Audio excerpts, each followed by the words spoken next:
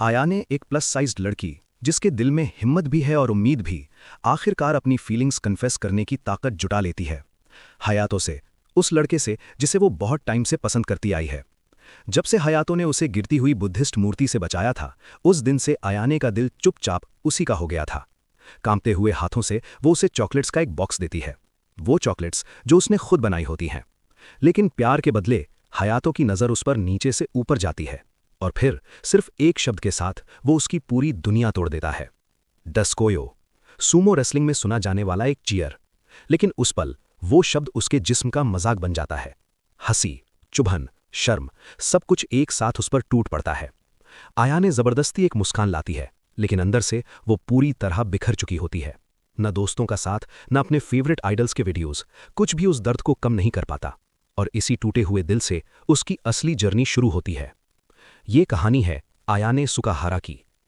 Yamanashi के शांत गांव में आयाने सुकाहारा एक हमेशा मुस्कुराने वाली टीनेजर है, जो हर सुबह अपने परिवार के फार्म पर काम करके दिन शुरू करती है। वो अपना ज्यादा वक्त अपने बेस्ट फ्रेंड्स के साथ बिताती है, शिहीरो, आकिहा, सोयो और हारून नाकामोरी।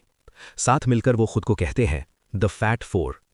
स्कूल में उन्हें ज्यादा अटेंशन नहीं मिलता, लेकिन उनकी दोस्ती बहुत गहरी होती है। वो हमेशा एक दूसरे के साथ खड़े रहते हैं। लेकिन हयातो के मजाक के बाद आयाने को गहरी शर्म और दिल टूटने का एहसास होता है। वो भागते हुए स्कूल रेस्टरूम में छुप जाती है। तब शीना एक नया आइडिया लाती है। टोक्यो चलते हैं ब्यूटी ट्रीटमेंट के लिए। शुरू में आयाने को डाउट होता है, क्या इससे कुछ बदलेगा, लेकिन शीना के एनकरेजमेंट पर वो मान जाती है।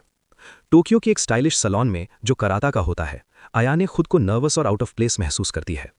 उसे लगता है शायद वो यहाँ बिलोंग नहीं करती, लेकिन कराता के नरम और प्यारे शब्द उसे धीरे धीरे शांत कर देते हैं।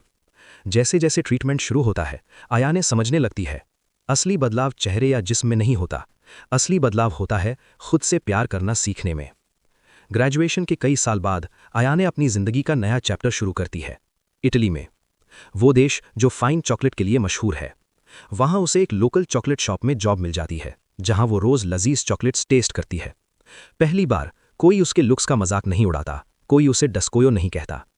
वो फ्रेड के साथ एक कोजी घर शेयर करती है। फ्रेड एक मेकअप आर्टिस्ट जो उसे योगा, ट्रैवलिंग और एक रिलैक्स्ड लाइफस्टाइल से मिलवाता है। उसकी जिंदगी अब उन चीजों से भरी होती है जो उसे पसंद हैं, चॉकलेट, अच्छे दोस्त और एक ऐसी शांति जो उसने पहले कभी महसूस नहीं की थी। लेकिन एक हॉलिडे ट्रिप के दौरान आयाने का जेट स्की एक्सीडेंट हो जाता है और वो कोमा में चली जाती है। कुछ हफ्तों बाद जब वो होश में आती है तो पता चलता है कि उसे स्टमक सर्जरी करवानी पड़ेगी। ऑपरेशन के बाद उसका वजन तेजी से घटने लगता है, भूख कम हो जाती है और अपना ही जिस्म उसे अनजान लगने लगता है। डॉक्टर्स कहते हैं अब तुम ज्यादा अच्छी लगती हो, लेकिन आयाने के लिए सब कुछ उल्टा होता है। वो खुद को पहचान नहीं पाती, इसलिए वो फैसला करती है जापान लौटने का। एयरपोर्ट पर उसके 3 बचपन के दोस्त उसे लेने आते हैं। शुरू में वो उस पतली सी औरत को पहचान ही नहीं पाते जो उनकी तरफ चलकर आ रही होती है, लेकिन जैसे ही वो बोलती है वो जम जाते हैं। आवाज आयाने की होती है, लेकिन बाकी सब कुछ बदल चुका होता है। कैफे में आयाने अपने खाने के सिर्फ कुछ ही बाइट्स लेती है। उसके दोस्त हैरान होकर देखते हैं, पुरानी आयाने होती तो पूरी प्लेट खत्म कर देती। शीना धीरे धीरे समझने लगती है कि आयाने की जिंदगी कितनी बदल चुकी है और उसके दिल में एक चुप सी जलन पैदा होने लगती है। टोक्यो में आयाने को समझ नहीं आता कि वो कहाँ रहे। माँ बाप उसे घर आने को कहते हैं, लेकिन फैमिली फार्म अब उसका भाई और भाभी संभाल रहे होते हैं। बोझ बनना नहीं चाहते हुए वो हिचकिचाती है। तब शीना उसकी परेशानी समझकर उसे अपनी वर्क प्लेस ले जाती है, हैप्पी दाइकानयामा, एक थेरेपी सैलून। वहां आयाने की मुलाकात दोबारा कराता से होती है। कराता हैरान रह जाती है, वो पहचान ही नहीं पाती कि ये वही आयाने हैं। शीना बताती है आयाने कभी यामानाशी की टॉप डायरी मिलकर हुआ करती थी, उसके हाथ वाकई जादुई हैं। शीना मानता है कि ये हाथ थेरेपी में लोगों को हील कर सकते हैं। आयाने शांत रहती है, अभी भी अनश्योर, लेकिन कराता को उसमें एक चमक दिखाई देती है। सैलून के क्लाइंट्स प्राइवेसी और सुकून चाहते हैं और आयाने का काम नेचर उनके लिए परफेक्ट हो सकता है, इसलिए उसे इंटर्नशिप ऑफर की जाती है। धीरे धीरे उसकी इंस्टिंक्ट्स वापस आने लगती हैं। फार्म पर काम करते करते उसके हाथों ने लोगों को कंफर्ट देना सीख लिया था। जल्द ही क्लाइंट्स उसे कहने लगते हैं हैंड्स ऑफ गॉड। अपनी जिंदगी के हर बदलाव के बावजूद आयाने हमेशा अपनी पॉकेट में चॉकलेट का एक टुकड़ा रखती है, खाने के लिए नहीं बल्कि याद के तौर पर कि वो कहाँ से आई है। एक दिन कराता आयाने से कहती है कि वो एक स्पेशल प्राइवेट सेशन हैंडल करे, क्योंकि कराता के हाथ में चोट लग गई होती है। जैसे ही आयाने नाम देखती है वो जम जाती है, ताकुमी मिनोटो, उसका फेवरेट आइडल। ये उसकी जिंदगी का बहुत बड़ा पल होता है। ये पहली बार होता है जब वो किसी आदमी को थेरेपी देने वाली होती है और वो भी उस आदमी को जिसे वो सालों से एडमायर करती आई है। नर्वस होते हुए भी वो खुद को संभालती है। सेशन अनएक्सपेक्टेड तरीके से बहुत अच्छा जाता है। ताकुमी इतना इंप्रेस होता है कि तुरंत नेक्स्ट सेशन के लिए उसी को रिक्वेस्ट करता है। उस रात जब अयाने बोर्डिंग हाउस लौटती है तो एक सरप्राइज उसका इंतजार कर रहा होता है। फ्रेड इटली से बिना बताए आ चुका होता है। वो सिर्फ मिलने नहीं आया होता, वो जापान आया होता है ताकुमी मिनाटो का कॉन्सर्ट देखने। गर्व से वो मानता है वो ताकुमी का बहुत बड़ा फैन है और हर पल एंजॉय करना चाहता है। अगली सुबह ताकुमी दोबारा थेरेपी के लिए आता है और अयाने की कहानी एक नई दिशा में बढ़ने लगती है। जब सेशन खत्म होता है, तकुमी उसे उसके डे ऑफ पर डिनर के लिए पूछता है। शुरू में अयाने को यकीन नहीं होता क्या वो सच में सीरियस है, लेकिन जब तकुमी जिद करता है और खुद ही उसे डेट कहकर टाइम और प्लेस भी सेट कर देता है तो अयाने घबरा जाती है। उसने कभी डेट पर जाना ही नहीं, और वो भी उस जैसे किसी के साथ। ऊपर से उसकी वार्डरोब ज्यादातर काउ प्रिंट टी शर्ट्स और कम्फी कपड़ों से भरी हुई है। वो सीरियसली डेट कैंसिल करने का सोचती है। तब फ्रेड तुरंत उसकी परेशानी समझ जाता है। बिना कोई बड़ी बात बनाए वो मदद के लिए आगे आता है। वो उसे कहता है परफेक्ट दिखना जरूरी नहीं है, बस जाने की हिम्मत होनी चाहिए। और बिना ज्यादा समझाए फ्रेड काम पर लग जाता है। वो उसके लिए आउटफिट चूज करता है, बाल स्टाइल करता है और मेकअप भी करता है। जब वो खत्म करता है, अयाने खुद को शीशे में देखती है। वो पहले जैसी बिल्कुल नहीं लग रही होती। जाते वक्त वो फ्रेड को थैंक यू कहती है, लेकिन ये नहीं बताती कि वो किससे मिलने जा रही है। अयाने सैलून के पास पब्लिक स्टेयर्स पर पहुंचती है, बिल्कुल वैसे ही जैसे तकुमी ने कहा था। वो बेचैनी से वेट करती है, सोचती है कहीं वो मजाक तो नहीं कर रहा था। तब तकुमी सामने आता है। वो दोनों साथ चलने लगते हैं। अयाने थोड़ा डिस्टेंस बनाकर चलती है, लोग क्या सोचेंगे ये सोचकर, लेकिन तकुमी आगे बढ़कर उसका हाथ थाम लेता है, जैसे कह रहा हो उसे किसी की परवाह नहीं। रेस्टोरेंट महंगा और बेहद खूबसूरत होता है। अयाने हैरान रह जाती है।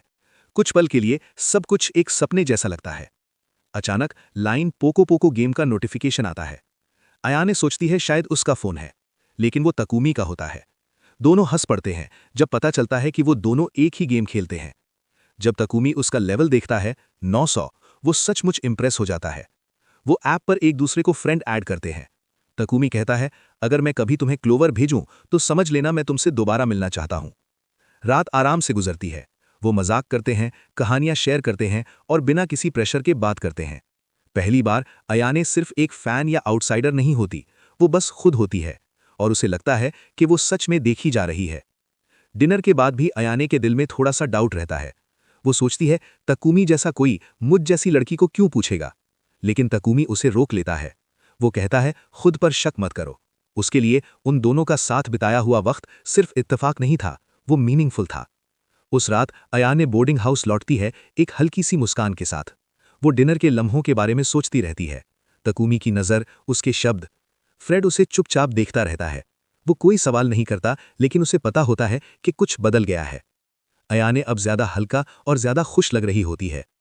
अगली सुबह जब अयाने काम के लिए निकलती है, उसका फोन वाइब्रेट करता है। लाइन पोको पोको का मैसेज। वो तकुमी का होता है। उसने क्लोवर भेज दिया होता है, बिल्कुल वैसे ही जैसे उसने कहा था। उसका मतलब साफ है, वो दोबारा मिलना चाहता है। अयाने का चेहरा चमक उठता है। वो सैलून की तरफ चल पड़ती है, थोड़े और उत्साह के साथ। हैप्पी दाइकानिया में कराता को एक इनविटेशन मिलता है। उनके रेगुलर क्लाइंट मिस्टर योकोहामा अपना 60th बर्थडे सेलिब्रेट कर रहे होते हैं, लेकिन कराता की ओसाका ट्रिप शेड्यूल्ड होती है, इसलिए वो खुद नहीं जा सकती। वो अयाने से कहती है कि वो उसकी जगह जाए। शुरू में अयाने घबरा जाती है। इतना फैंसी इवेंट और सैलून को रिप्रेजेंट करना, ये सब काफी इंटिमिडेटिंग लगता है, लेकिन कराता उसे भरोसा दिलाती है मिस्टर योकोहामा उसे देखकर खुश होंगे। आखिरकार अयाने मान जाती है। कुछ दिन बाद अयाने पार्टी में एलिगेंट ड्रेस पहने पहुंचती है। लोग उसे नोटिस करते हैं। तब अचानक रूम के दूसरे कोने में उसकी नजर पड़ती है हयातो माबूची पर, जो अब एक राइजिंग एक्टर होता है। उसके पास खड़ी होती है एक्ट्रेस फुजीशिरो। फुजीशिरो अयाने को पहचान लेती है, शायद तकुमी के उससे कनेक्शन की वजह से। क्यूरियोसिटी में वो अयाने के पास आती है और हयातो के बारे में पूछती है। अयाने सीधा सा जवाब देती है, वो बस स्कूल के सीनियर थे। लेकिन फुजीशिरो समझ जाती है, बात इतनी सिंपल नहीं है। वो जानती है हयातो अयाने के लिए ज्यादा मायने रखता है जितना वो दिखाती है। बाद में फुजीशिरो मजाक मजाक में हयातो से बात करती है। वो कहती है अयाने कभी उसकी फैन हुआ करती थी और अब तकुमी मिनाटो उसे मैजिक हैंड्स वाली गॉडेस कहता है। ये कहकर वो धीरे से चली जाती है। थोड़ी देर बाद हयातो अयाने के पास आता है और प्राइवेटली बात करने को कहता है। वो बताता है वो और तकुमी एक ही टैलेंट एजेंसी में है। तकुमी ज्यादा एक्सपीरियंस्ड है, लेकिन हयातो मानता है कि उसे अभी बहुत कुछ सीखना है। फिर अचानक वो पूछता है, तुम सच में मेरी फैन थी? वो मानता है हाई स्कूल में उसने अयाने को कभी नोटिस ही नहीं किया। अयाने शांत रहती है और कहती है वो अलग ग्रेड्स में थे, इसलिए याद न रहना नॉर्मल है। तब अचानक हयातो आगे झुकता है और उसे किस कर लेता है। अयाने जम जाती है, न बोल पाती है न हिल पाती है। वो उसका पहला किस होता है। पार्टी से निकलते वक्त अयाने तकुमी को फुजीशिरो के साथ बात करते हुए देखती है। वो सीन उसे बेचैन कर देता है। थोड़ी ही देर में मिस आसो आकर कैजुअली कहती हैं तकुमी और फुजीशिरो अच्छे कपल लगते हैं। फिर वो अयाने को वॉर्न करती हैं ज्यादा करीब मत जाना। उसके मुताबिक तकुमी का पास्ट कॉम्प्लिकेटेड है और उसकी चाम लोगों को आसानी से बहका सकती है। रात के आखिर में जब अयाने पार्टी से जाने लगती है, मिस्टर योकोहामा उसे लिफ्ट ऑफर करते हैं। वो हिचकिचाती है, फिर मान जाती है। एलिवेटर के अंदर वो शिष्टता से उन्हें गिफ्ट देती है, लेकिन तब मिस्टर योकोहामा का बिहेवियर गलत होने लगता है। जैसे ही बात आगे बढ़ने वाली होती है, अचानक एलिवेटर खुलता है और वहां होती हैं मिसेज मोको। उन्हें पहले से शक होता है और आज वो अपने पति को हद पार करते हुए पकड़ लेती हैं। अगले दिन अयाने उदास मन से काम पर पहुंचती है।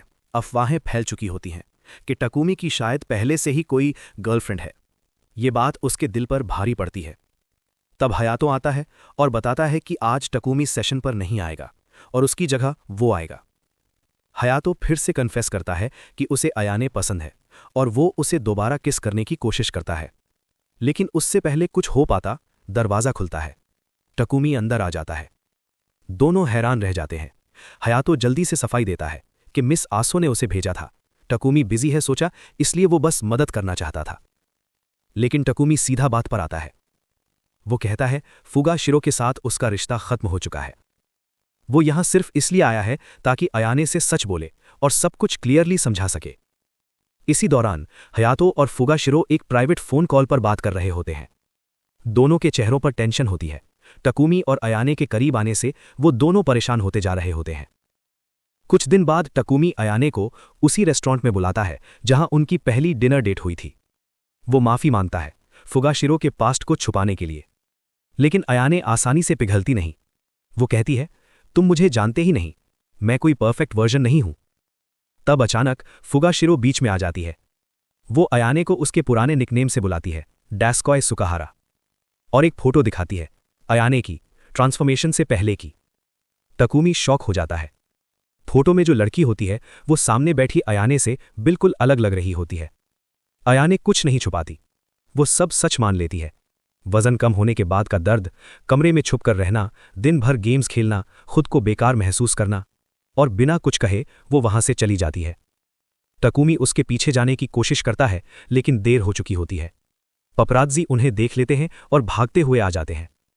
जो पल प्राइवेट होना चाहिए था वो मीडिया सर्कस बन जाता है।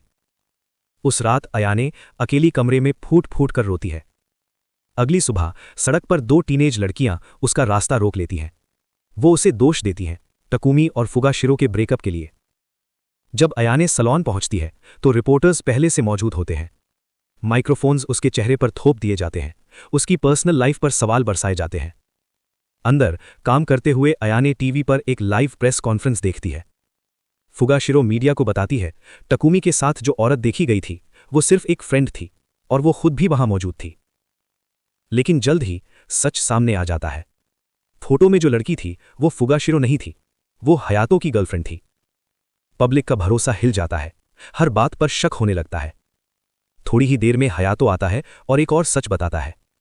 वो कहता है ये पूरा स्कैंडल मिस्टर योकोहामा ने प्लान किया था। चीजें सुधारने के लिए वो एक कवर स्टोरी सजेस्ट करता है। अयाने को प्रिटेंड करना होगा कि वो उसकी गर्लफ्रेंड है ताकि टकुमी की रेप्यूटेशन बची रहे, खासकर जब उसके बड़े प्रोजेक्ट्स आने वाले हैं। लेकिन हयातो सिस इमेज प्रोटेक्ट नहीं कर रहा होता। वो कहता है वो चाहता है कि उनकी कहानी रियल हो, और वो अयाने से कहता है सब कुछ छोड़कर उसके साथ यामानाशी चलने के लिए। रास्ते में वो एक होटल में रुकते हैं और वहीं हयातो का बिहेवियर अचानक बदल जाता है। वो हद पार कर देता है। अयाने शॉक हो जाती है। वो उसे धक्का देकर दूर करती है और जवाब मांगती है। साफ कह देती है कि वो कोई हल्के में लेने वाली लड़की नहीं है। होटल रूम के अंदर हयातो कन्फेस करता है। फुगाशिरो ने अयाने के पास्ट के बारे में सब बता दिया था। उसे समझ आता है कि कभी अयाने को उस पर क्रश था, लेकिन उस वक्त उसने नोटिस ही नहीं किया। वो ये भी मानता है कि डैस्कॉय नाम, जो पहले मजाक लगता था, अब उसे खुद भी जालिम लगने लगा है। तब अयाने बोलती है। वो बताती है कैसे उसने उस दिन से हयातों को एडमायर किया था जब उसने उसे एक्सीडेंट से बचाया था, कैसे उसने वैलेंटाइन्स चॉकलेट्स सिर्फ उसी के लिए बनाई थी। लेकिन हयातो उसे याद दिलाता है सबसे पहले उसने ही उसे डैस्कॉय कहा था। वो कहता है स्कूल में उसे इतनी चॉकलेट्स मिलती थीं कि वो हर लड़की को याद नहीं रख सकता था, खासकर उन्हें जिनमें उसकी कोई इंटरेस्ट नहीं थी। फिर वो अपना असली प्लान बताता है।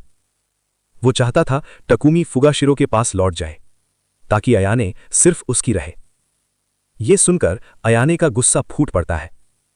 वो उसे जोर का थप्पड़ मारती है और कहती है, मैं कोई इनाम नहीं हूं जो जीत लिया जाए। बिना कुछ और कहे वो मुड़कर चली जाती है, हयातों को पीछे छोड़कर।